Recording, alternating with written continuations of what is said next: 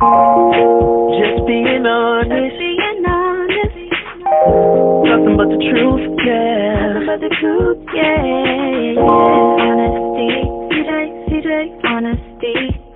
CJ, honesty. CJ, honesty. CJ, honesty. Just being honest. Nothing but the truth. Welcome to another episode of CJ Honesty. And on this episode, it is part two of the impact of a good father, continuing on from our Father's Day episode. Yes. And today you want to introduce again? Yes. Our guest is my cousin, Richard Wright, and he will be continuing on talking to us about, we left off talking about special needs and being a special needs parent and what that looks like and consists of. So yeah, tell us, you can start when you're ready. I appreciate it. Definitely glad to be with you guys some more and to be able to talk about it. It's an important topic. As I mentioned before, it's like, when you first start going through, you really feel isolated. But there's been some blessings in it for us. So for me personally, I will say it is underscored, coming out of that isolation, it has underscored the importance of community and relationships with other families. So coming out of that, coming out of that isolation is kind of like, it's like walking out of a movie theater. And then, you get into the bright light, you're like, oh man, you almost forgot what it was like to have, community. And so, especially at our church, we definitely, we had this small group structure to make sure that you have, a core of families. And the small group that we have is actually the first group that was formed on the basis of being special needs families. So in our life group, there are 3 other special needs families, and it allows us to be able to, and actually all those families also have at least one child with autism. So we have a common bond, and we understand, and those are the same folks that we're serving within the special needs ministry as well, in addition to other folks. But it's such a blessing to have other people around you who, automatically get it, because one of the things you kind of tire of as a special needs parent is educating other people, because you've done all this education of yourself and your own immediate family. And now you have to kind of explain to friends, families, that in terms of what's going on with your child. And then you feel the burden of always being the one to explain what's going on, and you repeat that for the next friend and the next friend and the next friend, and it becomes tiring sometimes. Many of our friends have been, fairly supportive, although for a long time it was kind of from a distance. And some of that has to do with, the isolation that we felt and experienced, but some of that too comes from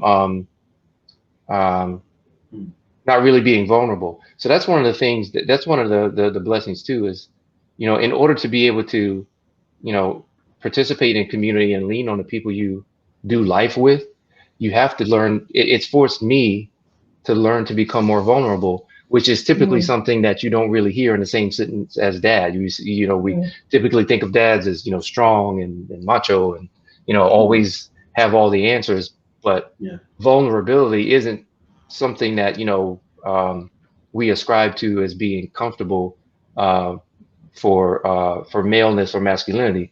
And as fathers, it's very easy for us to fall into this trap of, oh, I gotta hold together. I can't show any sign of weakness. No. And so part of being vulnerable is realizing that, hey, sharing your trials and tribulations as a special needs parent doesn't make you, it makes you vulnerable to share, but it doesn't make you weak, right? So that's something that I've had to learn to deal with.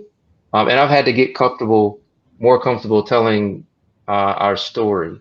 And one of the places that it can be very scary to share your special needs situation with is work, because we all have to work.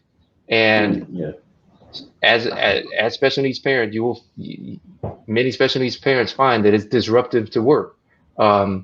It can be disruptive, to the point of, hey, now you have to, let your boss know, hey, this is what's going on. I have a special needs child. I may receive a call. I may have to either take the call right away. I may have to leave on a short notice. Sometimes it's disruptive to the point where, one parent decides, okay, I have to be at home full time, because our particular special needs are autism and ADHD. But for some families that are dealing with different special needs, it can be very disruptive to work. And so then you say, okay, well, this is disruptive to work. Now it's disruptive to potentially income. What kind of impact does that have on my family in terms of, feeling financially secure? All those things start to come into play, and very quickly. You start to adjust your life. Trying to think that's if hard. That's hard. Yeah. The part that really resonated with me was the part where you said that we don't use the word vulnerability in the same sentence as fathers, and I think that was a good point, because I think people need to remember that. I personally, I think it's a lot of pressure when it comes to being a father, trying to be a good father and living up to certain expectations.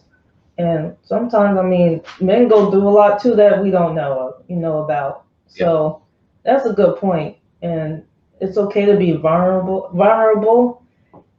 but be vulnerable with the right person, because, if you're not with the right person, they're going to put it back in your face. So you have to. You said, I'm sorry, I didn't mean to interrupt. You have to be careful. Like you said, you have to watch who you choose to be the life partner with. Yeah, and even within your community, one of the most important things about community, especially from a spiritual and a Christian standpoint, is you do have to be careful what you share with whom. When I speak of community, I'm talking about the community that has the spiritual maturity to properly deal with the things that you're going to share, because you're going to share some of your most intimate things about your family, trials and tribulations, and you want to make sure that you're going to have someone that's not, like you said, not going to be going out there. They don't have a spirit of gossip. They're mature enough spiritually to say, hey, I'm going to speak with you one-on-one. I'm going to pray with you. I may even have, some advice for you or some thought-provoking questions, or, hey, I may just be here to listen to, allow you the space to vent safely, so that, you can kind of get some things off your chest and move on. But yeah, you're right. The character of the people in your community, that tells you who you can share with and who can actually hold you accountable, right? Because as fathers, accountability is a big thing. And a lot of times when we think about being accountable as fathers, we think about being accountable to, just our spouse. But it's really, if your community has to be able to hold you to account. If can't nobody tell you nothing, then you got a big problem. You're not coachable, right? So you have to have people around you that have the spiritual maturity and the wherewithal to be able to hold you on account on the basis of a trust. And you trust them because of their values, the shared values and the shared morals that you have. If you have Christ in common and you're marching, for the prize of the high mark, and you're not looking back, and you're there to support each other, kind of via iron sharpens iron, then that's someone you're going to trust to be vulnerable with. But if someone has completely different values than you and are living out their life differently, you're not going to, that's not the person you want to be sharing your trials and tribulations with, because the word says to, seek wise counsel. And as a Christian father, wise counsel is going to be someone who's always going to, look back at, okay, hey, what does my faith tell me I should do in this situation? You want someone who's going to reinforce that, and call you when you get out of line. It's like, hey, man, you were wrong. As a father, I understand how you felt. I understand, but you could have handled this very differently. That's not what we're supposed to do. Come on, dog, let's get it together. Yeah. Well, so especially with having children with special needs, but with just any parent, really, especially like, let's say if you play basketball and now your child likes playing basketball, but this other child does something that's not really per se your cup of tea. How do you avoid like favoritism? Like, you notice you're spending more time with one other kid than the other. Like, how do you really balance that? Yeah. How do you make sure that you're not doing that? And if you are, like, if you even if you catch yourself doing it, how do you like correct it? Oh man, I'm so glad you asked this question.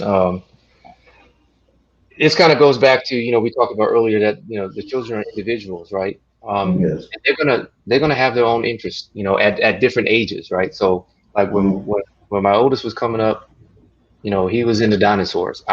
He could name way more dinosaurs than I could, but I had to actually show interest in the dinosaurs. I had to watch Dinosaur Train with him, had to, play with him with the dinosaurs.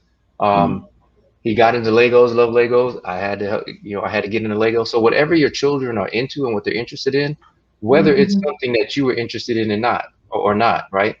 You have to take an interest in that, because that's where you find the common ground. If you don't take, think about it, we as adults, if I have a friend and they never seem interested in what I'm doing, they're always only interested in what they're doing. What level of friendship or relationship do we really have? And what does that feel like? And what does that look like? Is that someone that, when you have someone who's always just interested in doing what they want to do, not taking interest, not even asking you questions about the things that you are interested in, how do you treat that friend? That's not the kind of friend that you're going to go to in a time of need, or, be vulnerable around, right? You're going to go to that friend that shows a willingness to spend time with you, even if it's something that's either not their cup of tea, or, they were at least willing to give it a try or show some interest. So I have to be willing to be interested in everything from dance, wrestling, soccer, track, football, Harry Potter, anime, video games. Naruto is big in the house. Olivia Rodrigo, Lil Baby, Da Baby, Baby Shark. I mean, all the babies. you have to take an interest in what your kids are interested in. And the other side of that is, when you take interest in the things that they're interested in outside of you, then you're modeling for them how to take interest in something new, right? So maybe maybe you fell short of, becoming, a top NFL prospect, and you secretly wish that your son would become a football star, right? But he's not showing any interest. Well, by showing interest in the things that they're interested in, it shows them, hey, maybe I should try to do something, that my dad is interested in. Now, children tend to, be attracted to doing the things that their parents are into anyway. Mostly because you don't have any choice. If your pops is going to play basketball on the playground every Saturday, and he's pulling you with you, you're probably going to become interested in basketball on some level. But yeah, you really have to take interest. And the other thing you have to do is you have to kind of fight that scarcity mindset that kids have, to where like they think it's zero sum. Well, if he's spending time with, my sister over here, then he's not spending time with me over here. And you have to teach the children to value differences. Like, if your brother or your sister is good at something, you should praise them, cheer for them, support them, and realize that, hey, they may be valued for this strength or this skill, but hey, we also, as an entire family, value what you can do. And those things don't have to be the same thing. So when they understand that, helping them understand that the things that they're good at and the things that they're interested in have just as much value as anybody else, then that helps not play, the favorite. My kids are very affectionate, and I think the big equalizer with me, at least, are hugs. They're always asking for hugs. I'm always asking for hugs. There are times where I have to say, hey, now's not the right time, Zoom call. Come on, man. But yeah, there are some things that they see that they consistently get, their needs are met. But when I tell you I danced in the parent dance routine that we practiced for my daughter's dance recital, That's and cute. we did it to like In Living Color. I'm gonna have to send you the video or link to the video. It's hilarious. I hope that doesn't get out on social media. No. But I want to see it. Your boy put on his old 90s jumpsuit with the with one strap up, the hat to the back, and the K-Swiss, and we were doing our thing. So participating and being involved in the things that they're involved in shows them that, hey, sooner or later, Dad's gonna come around to spending some time with you, and he values you just as much as anybody else. So that's good. Yeah, that's real good. So you said basically you're saying just to take interest in all your children, what they do, and that will make them feel important.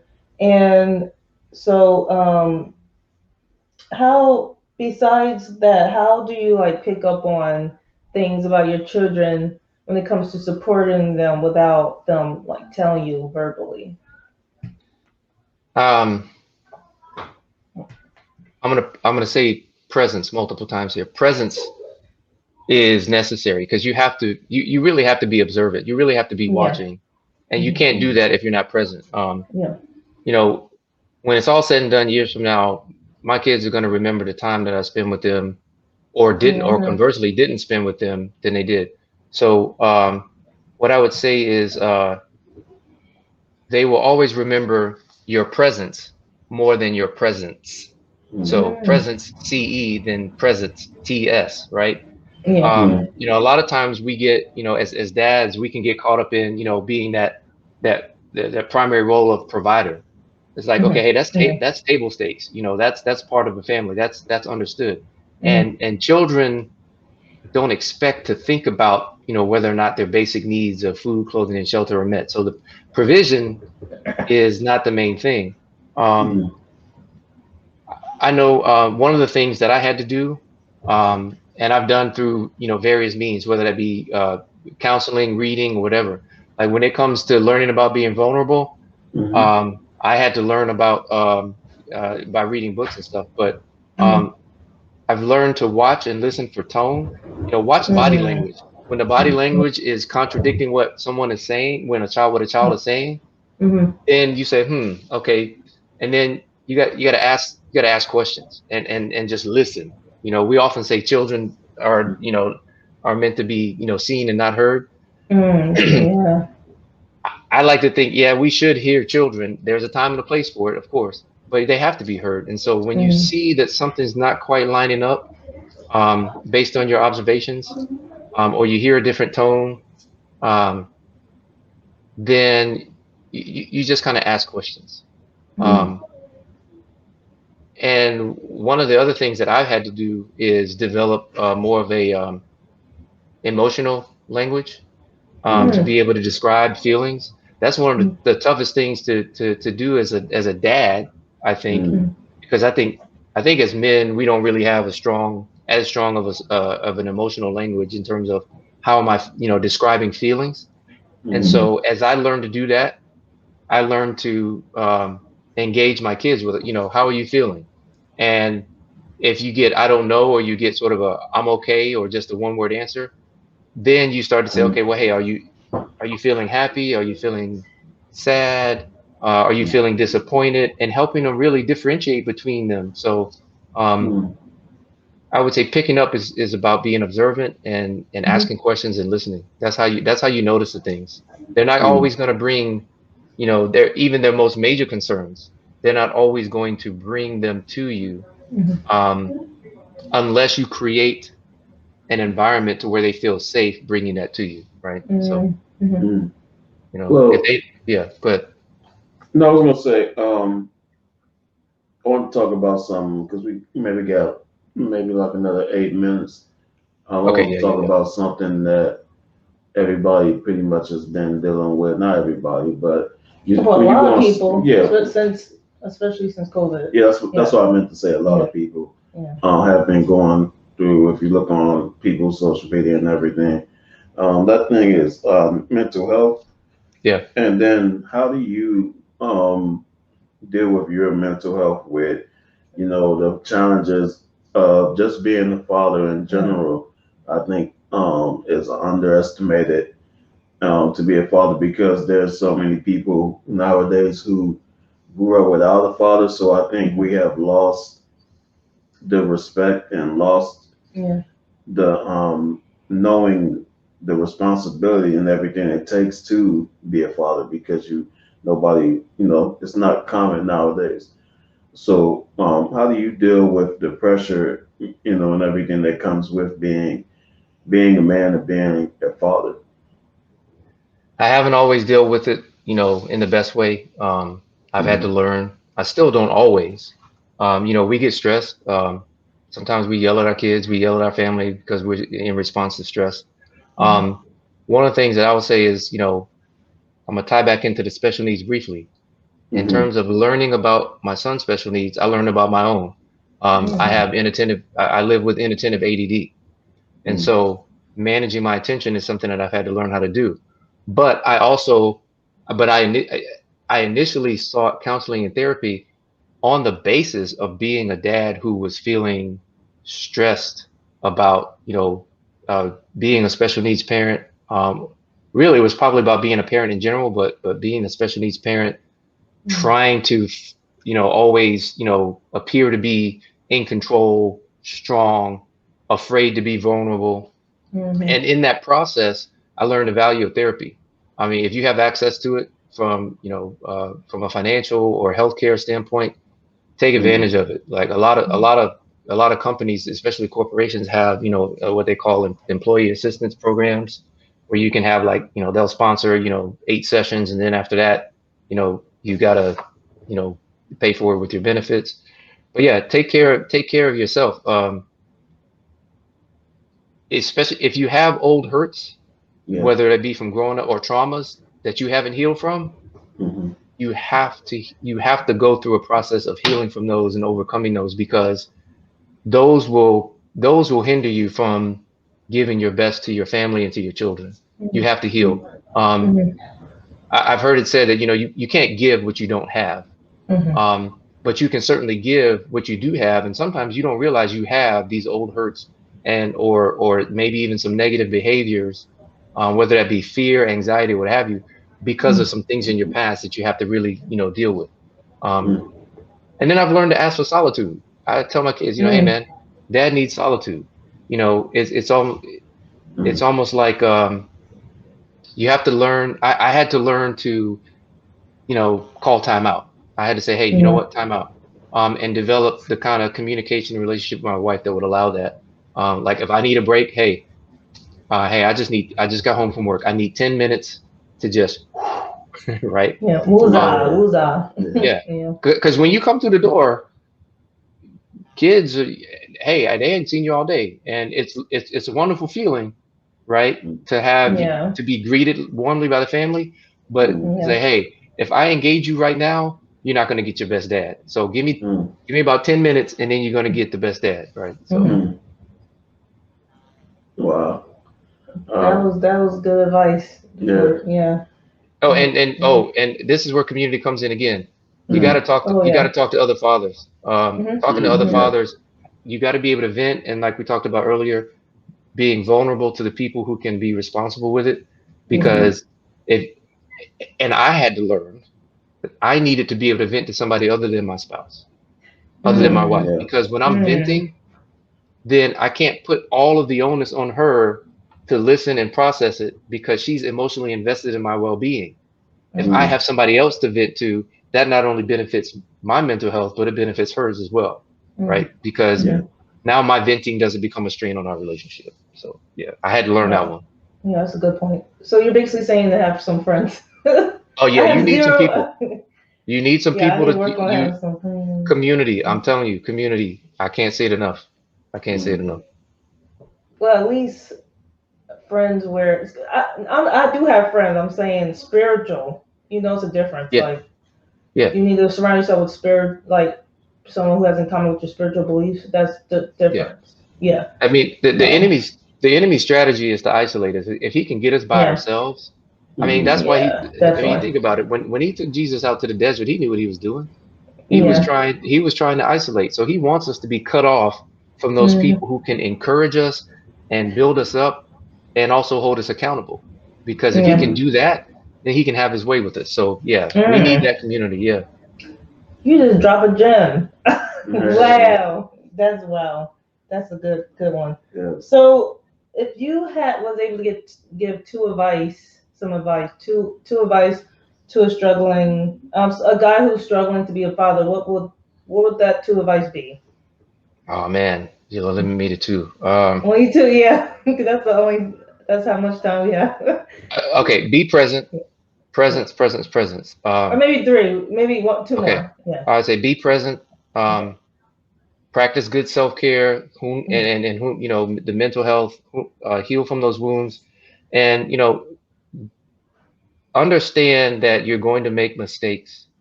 You have to learn to be a parent just like you have to learn to be anything else. You have to learn to be a father just like you have to learn to be anything else. I'm a man of many fathers. I had a biological father that I didn't live with. I lived with a stepfather in our family for 5 or 6 years. I had other men in my life that I've had to piece together what it looks like to be a father. So I would say understand that you're going to make mistakes, learn from other people, find you a good father and emulate it. Someone doing a good job, talk to them and say, hey man, be vulnerable enough to say, hey, I need help. And I'm going to add one more, and it's I'm learning this one. I'm learning this one for real. Y'all pray for me. Don't frustrate your children. The scripture says, hey, fathers, don't frustrate your children so that they don't become discouraged. You want to discipline, but if you go overboard with it, the goal of discipline should be to restore relationship, not to, put them in this, punitive state. There has to be a lesson, and you don't want them to become so discouraged that they stop listening. So I'm done. Good one. Wow. Got it. Taking notes. Everyone take notes. That's good. Taking notes. Yeah. And we hope everybody that has listened has got something from this. So we want to thank you, Richard, for coming on today. We appreciate you. Yes. We hope that all the fathers out there got something from this. Yeah. So this has been another episode of CJ Honesty. Peace. And God bless.